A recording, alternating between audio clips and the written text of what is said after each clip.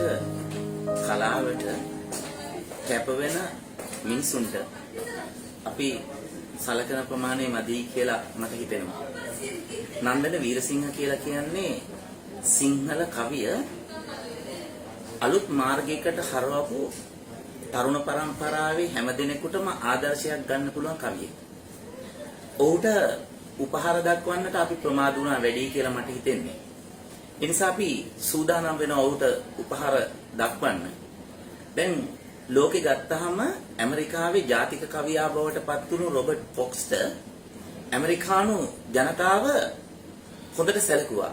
ඔහුට Cambridge Oxford විශ්වවිද්‍යාල වලින් PhD ආචාර්ය සම්මාන උපාධි පිරිනැමුණා.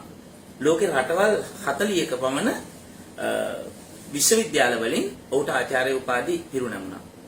ලංකාවේ බුන්කා සම්මාන පවා දිනාගත්ත නන්දන වීරසිංහයන්ට උපහාර දක්වන්නට අපි ප්‍රමාද වුණු නිසා නන්දන වීරසිංහයන් සිංහල කවියට කරපු සේවය නිසා ලෝකේ බොහෝ රටවල බිහි වුණු කවි ශානරයන් ලංකාවේ තරුණ කවීන්ට හඳුන්වා දෙමින් කවි මඟ වෙනස් කළ ඔහුට අපි සූදානම් වෙනවා දැන් උපහාර උත්සවයක් පවත්වන්න.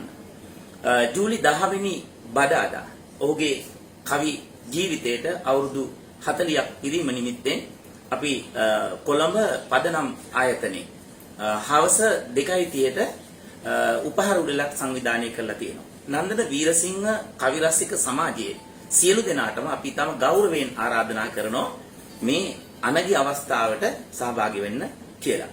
නන්දන වීරසිංහයන්ට තවත් මේ කවි මඟ වෙනස් කරමින් ලෝක කවි කලාව තරමටම සිංහල කවි ඔසවා තබන්නට ආයු ආරෝග්‍ය සම්පත්තිය උදා වේවා කියලා අපි ප්‍රාර්ථනා කරනවා.